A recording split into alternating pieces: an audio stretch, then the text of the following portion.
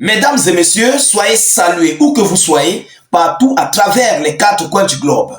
Alors, l'heure est très grave du côté de l'Ukraine. La Fédération de Russie vient de franchir la ligne rouge otanienne. Ah oui, la Russie vient de lancer un bras de fer à l'OTAN, à l'Ukraine et tous ses alliés. Il s'agit de la localité ukrainienne qu'on appelle la région de Kharkiv. Kharkiv qui était ici une ligne rouge otanienne occidentale que nous avons vu les Ukrainiens et les Otaniens dire et lancer des ultimatums à la Fédération de Russie de ne pas du tout franchir cette ligne rouge, donc de ne pas cibler, d'attaquer cette localité de Kharkiv. Mais c'était mal connaître les Russes. Alors, aujourd'hui, en cette nuit, du 20 au 21 septembre 2024, plus précisément, vers les 22h heure d'Afrique, la Russie a envoyé des missiles, je dis, des missiles sur ce territoire de la région de Kharkiv. Mesdames, mesdemoiselles et messieurs, comme vous-même, vous pouvez le constater en images, voilà l'arrivée des images de cette localité de Kharkiv que vous voyez là. Ce n'est pas du film, c'est de la réalité. Oui, Poutine est passé à la vitesse supérieure. Mais on se pose des questions. Pourquoi Poutine a attaqué cette localité-là? Pourquoi la Russie a-t-elle attaqué cette localité ukrainienne, qui n'a même d'ailleurs rien à y voir avec des autres régions? Depuis, on ne parle pas de Kharkiv ici. Vous-même, vous pouvez en témoigner. Mais aujourd'hui, on commence à parler de Kharkiv dans les frappes russes. Mesdames, mesdemoiselles et messieurs, pourquoi la Russie a frappé cette localité? Que disent les Otaniens?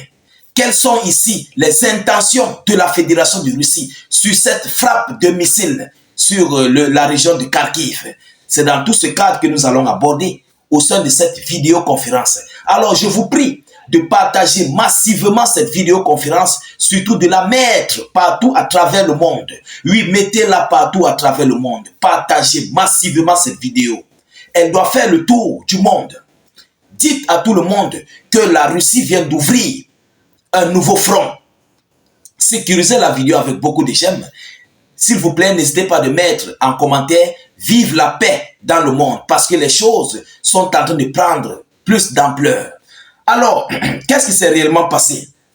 Selon les informations reçues, qui sont encore préliminaires, donc il n'y a pas encore plus de détails dessus, on nous dit ici les premières photos et vidéos d'images du passage de missiles sur la région de Kharkiv, dont les premières vidéos et photos des images du bombardement de missiles dans la région de Kharkiv. Selon l'heure, donc pour le moment, il n'y a pas encore plus de détails sur les dégâts causés par cette frappe de missiles. Vous comprenez? C'est un missile. Mais même jusqu'à présent, moi-même, je ne peux pas vous mentir, je ne connais pas encore quel est le missile qui a été employé, qui a été utilisé dans cette région-là. Donc d'ici quelques heures ou quelques minutes, nous aurons des actualités sur les différentes destructions. Mais avant cela, au courant de la journée du 20 septembre, M. Sergueï Lavrov, le ministre des Affaires étrangères russe, a envoyé des propos très lourds et chauds. Permettez-moi de vous donner ici les propos qu'il a faits, M. Sergueï Lavrov. Qu'est-ce qu'il a déclaré? Écoutez, la Russie possède des armes qui auront de graves conséquences pour l'Occident. Elle est en pleine préparation au combat. Elle est en pleine préparation au combat. Et dans la même nuit du 20, la Russie a frappé sur Kharkiv. Qu'est-ce que cela veut dire? Est-ce que c'est un avertissement pour l'OTAN de soutenir l'Ukraine dans ce conflit russo-ukrainien que la Russie est en train d'envoyer ici aux autorités Ukraine-OTAN? Est-ce que c'est un avertissement que les Russes viennent d'envoyer à l'OTAN? Mesdames, mesdemoiselles et messieurs, parce qu'il faut le dire, il faut d'abord le savoir, que tous ces derniers temps, ils sont en train d'en débattre sur les frappes de missiles à longue portée sur le territoire de la Fédération de Russie, avec des armes occidentaux, otaniennes. Vous comprenez? Alors, est-ce que c'est un avertissement? Parce que ça, c'est une ligne rouge que les Russes ont eux-mêmes tellement respectée. Oui, il faut le dire, il faut dire la vérité. Ils ont respecté cette ligne rouge de l'OTAN. Ils ont respecté ça. Mais aujourd'hui, la Russie a frappé sur Kharkiv. La ligne rouge otanienne. Mesdames, mesdemoiselles et messieurs, est-ce que l'OTAN va répliquer par rapport à cette ligne rouge qu'ils avaient mis incessamment contre la Fédération de Russie dans cette localité de Kharkiv? On se pose des questions. Est-ce que l'Ukraine va réagir? Mais s'ils réagissent de ce côté-là, la Fédération de Russie va complètement augmenter encore l'ampleur de ce conflit. Vous comprenez? Est-ce que c'est un avertissement? Je veux que vous essayiez de répondre en commentaire. Ou bien, la Russie est en train d'employer la même stratégie que l'Ukraine est en train d'employer du côté de Kursk. Est-ce que c'est ça que la Russie est en train de faire? Ce sont les analyses et les décorticages que nous sommes en train de faire. Vous comprenez? Donc, comme eux aussi ont percé la localité de Kursk, est-ce que c'est pour ça que la Russie aussi, à son tour, est en train de percer la région de Kharkiv, hein?